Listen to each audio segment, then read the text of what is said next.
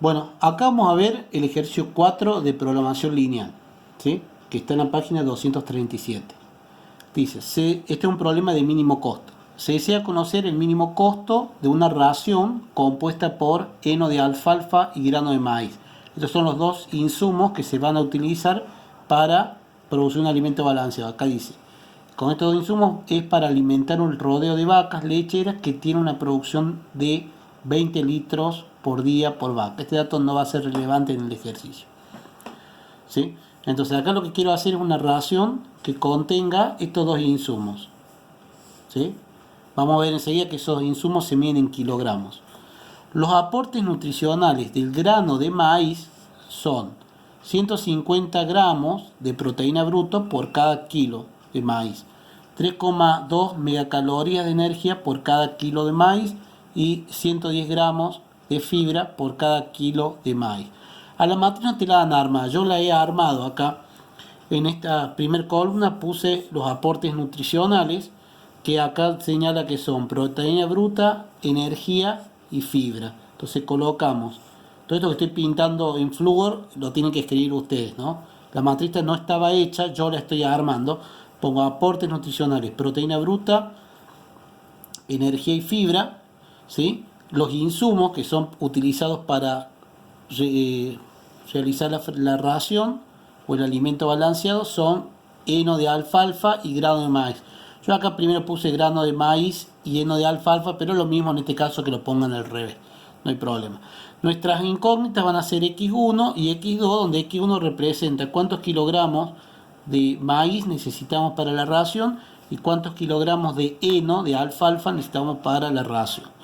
Entonces, para el caso del maíz, ahí dice que los aportes nutricionales son 150 gramos de proteína bruta. Entonces ponemos 150 gramos de proteína bruta por cada kilo de maíz. Dijimos que es 3,2 megacalorías por cada kilo de maíz de energía y 110 gramos de fibra por cada kilogramo de maíz. Después tenemos los aportes nutricionales del heno. Tenemos 150 gramos de proteína bruta por cada kilo de heno, 2,1 megacaloría de energía por cada kilogramo de heno y 280 gramos de fibra por cada kilogramo de heno, ¿sí? Bueno, eso que estoy pintando amarillo es lo que uno va a ir completando a medida que va leyendo. Después dice que la ración debe contener 2.700 gramos de proteína bruta. ¿Qué quiere decir eso?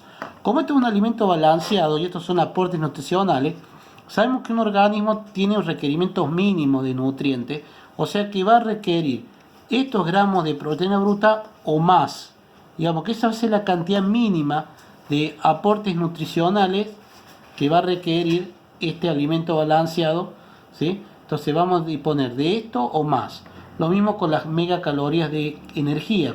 Debe contener la ración, que está formada por estos dos insumos, 41 megacalorías de energía, ¿sí? O sea que debe tener o esta cantidad de energía o más. Y debe contener 3.200 gramos de fibra, o sea 3.200 gramos o más.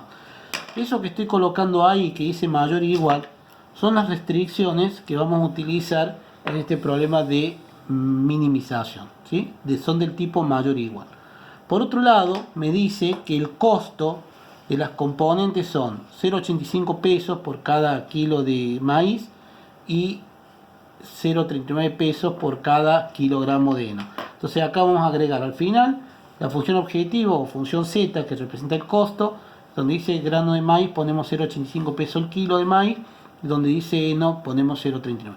Esta es la función objetivo, que si la queremos armar vamos a colocar Z igual a 0,85x1 más 0,39x2. Esta sería la función objetivo. Entonces, ¿cuál es el objetivo de este ejercicio? Es determinar cuántos kilogramos de maíz y cuántos kilogramos de heno son necesarios para que este costo sea mínimo. Bueno, a partir de esta matriz, lo que vamos a hacer es armar un sistema de inecuaciones que nos permita determinar el campo de factibilidad. Bueno, acá lo tiene abajo el sistema de inecuaciones, que consiste en agregarle a esta columna X1, a esta columna X2, sumar y desigualar a lo que está puesto en la última columna. Acá yo he repetido esto para hacer los cálculos. Observen en primer renglón de la proteína bruta tenemos 150, le agregamos x1 más 170 x2 mayor o igual a 2700. Ahí está colocado. Esta es la inecuación de la proteína bruta, ¿sí? Que si queremos buscar, para graficar esto como una recta, tenemos que primero buscar los puntos de corte a los ejes. Entonces, hacemos una T, donde vamos a poner cuando x1 vale 0, donde corta el eje x2. Bueno, si ustedes reemplazan a x1 por 0, esto por 0, 0, este término desaparece, y para hallar x2 paso el 170 dividiendo, me va a quedar 2700 dividido 170, y eso les va a quedar 15,88. Ese es el corte al eje x2. Para buscar el corte al eje x1, anulamos x2 y vamos a ver dónde corta el eje x1. Si ponemos 0 acá, este término desaparece, pasamos el 150 dividiendo y me va a quedar 2700 dividido 150, y esto es igual a 18. Bien, por otro lado, la segunda inecuación que habla de la energía es 3,2x1 más 2,1x2 mayor o igual a 41. Esta se representará en esta segunda inecuación que habla de la energía. Vamos a ponerle la letra E. Para dibujar la recta que representa la energía, vamos a primero calcular los puntos de corte a los ejes. Para buscar dónde corta el eje x2, anulamos x1. Si ponemos 0 acá, 3,2 por 0 te queda 0 acá. Nos va a quedar este término, pasamos el 2,1 dividiendo, nos va a dar 41 dividido 2,1, y esto es 19,52. Y cuando anulamos x2, si reemplazamos x2 por 0, esto se anula, ¿sí? Y luego pasamos el 3,2 dividiendo, entonces me queda 41 dividido 3,2, y eso es igual a 12,81. Bien. Luego tenemos la ecuación de la fibra, que va a ser 110x1 más 280x2 mayor o igual a 3200. Entonces ahí está armada la inecuación, que vamos a llamarle F de fibra. Entonces, si buscamos los puntos de corte a los ejes, anulamos x1, anulamos x2. Para buscar el corte al eje x2, bueno, reemplazamos x1 por 0. Este término desaparece, pasamos el 280 dividiendo, nos queda 3200 dividido 280, esto va a ser 11,43. Y si anulamos x2 para buscar el corte al eje x1, si reemplazo x2 por 0, este término desaparece, paso el 110 dividiendo, me va a quedar 3200 dividido 110, y eso va a ser igual a 29,09. Bien, y recuerden que se debe agregar, además de esas tres inecuaciones, debe agregarse esto, que son las restricciones de no negatividad de la variable, que nos están indicando que x1 va a asumir valores mayores o iguales a 0, es decir, que la gráfica va a estar representada solamente para estos valores de x1, y x2 es mayor o igual a 0, este es el eje x2, o sea que la gráfica va a estar representada para estos valores. En otras palabras, cuando dibujen las áreas van a dibujar siempre en el primer cuadrante, ¿sí? Ok, aquí en hoja milimetrada está hecho la escala. Yo para dibujar, yo necesito saber dónde va a cortar los ejes. Yo puedo poner un resumen de los cortes, vamos a poner x1 y x2. Recordemos que la ecuación de proteína bruta corta en 18 al x1 y a 15,88 al eje x2. Entonces voy a poner acá, estos serían los puntos de corte a los ejes de la recta que representa la proteína bruta. La recta que representa la energía va a cortar al eje x1 en 12,81 y al eje x2 en 19,52. Eso sería la recta que representa la energía. Y finalmente la recta que representa la fibra corta al eje x1 en 29,09 y al eje x2 en 11,43. Entonces vamos a poner 29,09 y 11,43. Esto son los puntos de corte de la recta que representa la fibra. ¿Para qué sirve esto? Para saber qué escala le vamos a poner a los ejes. Yo ya me adelanté y le puse una escala, pero usted para ver cuál es la escala apropiada, fíjense cuál es el número más grande acá. El número más grande es 29,09. O sea que en el eje x1 tienen que hacer una escala que llegue por lo menos hasta el 29,09. Yo la hice de 2 en 2, ¿ven? 2, 4, 6, hasta el 30 lo hice, un poquito más. Y en el eje X2, ¿cuál es el número más grande? En este caso es 19,52. Entonces el eje X2 pone una escala que llegue por lo menos hasta ese valor. En este caso yo también la hice de 2 en 2.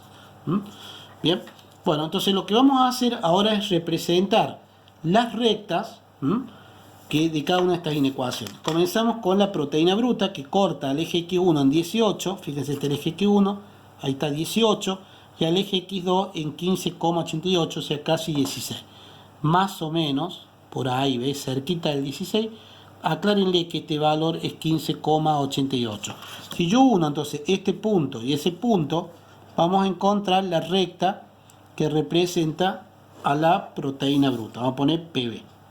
Pero en realidad, eso es la igualdad, digamos, es representado esto, pero como si fuera una igualdad.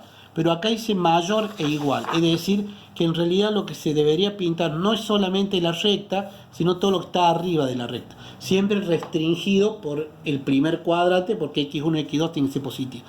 O sea que hasta ahora, el campo de factibilidad sería todo lo que está acá, acá y acá. Hasta ahora, falta agregar las otras rectas. Pero ustedes imagínense que está pintado esta parte nada más. Si representamos la ecuación de la energía corta al eje X1 en 12,81, acá está 12, 14, por ahí va a estar 13, más o menos por ahí vamos a poner 12,81, ¿sí? Vamos a poner este punto, y al eje X2 en 19,52, casi 20, por ahí más o menos. Ese punto es 19,52. Entonces vamos a unir la recta que pase por este punto y por ese punto.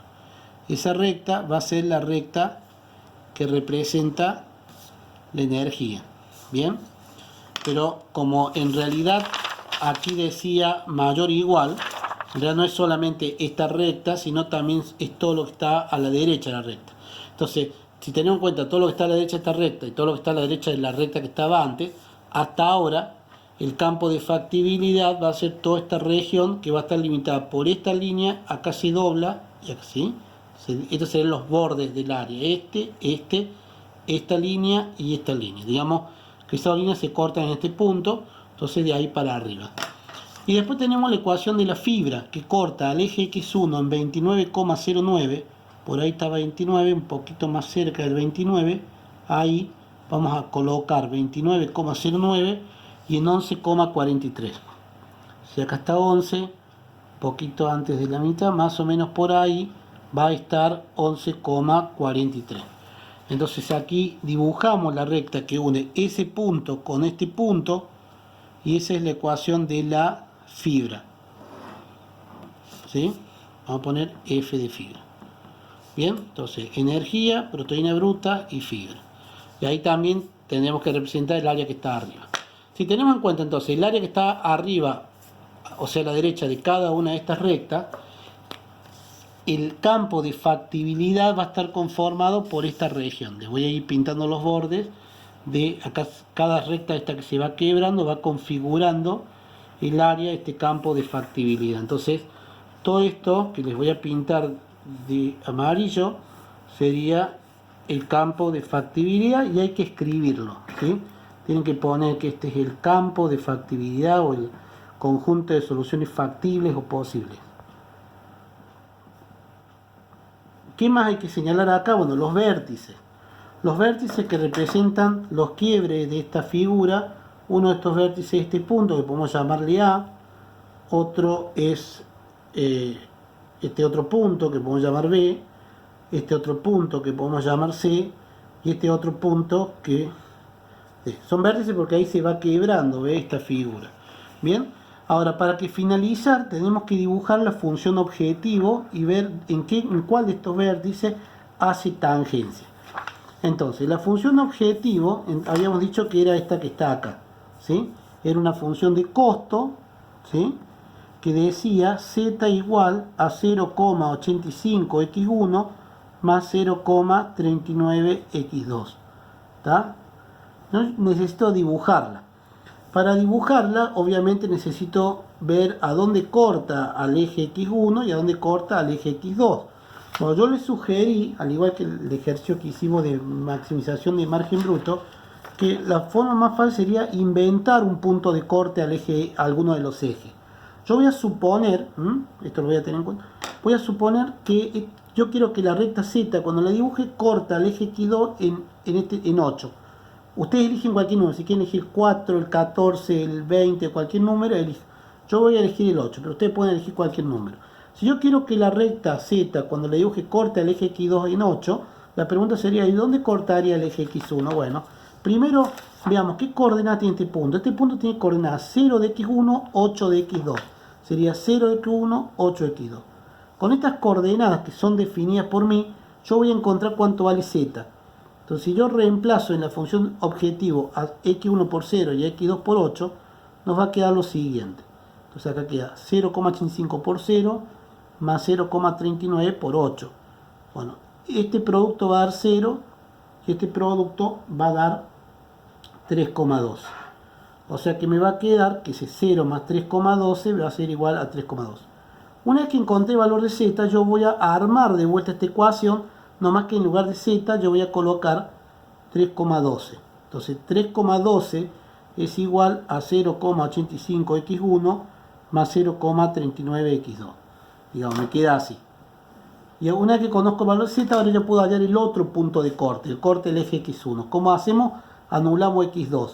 Si yo anulo X2, este término desaparece. Entonces para hallar X1 tengo que pasar el 0,85 dividiendo. Va a quedar 3,12 dividido 0,85 y de esa manera le va a dar el corte al eje X1, que cuando hagan ese cálculo les va a dar 3,67. ¿Sí? 3,67.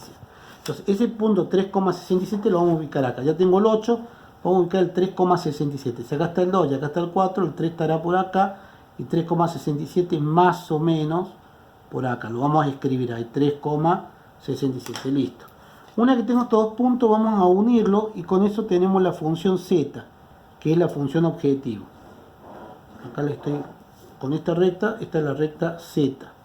Y ahora, ¿qué vamos a hacer? Vamos a agarrar la regla, vamos a desplazar en forma paralela esta recta hasta que haga tangencia a uno de estos puntos. Bueno, como esta recta Z tiene esa inclinación, observen que el primer punto que hace tangencia es al punto A.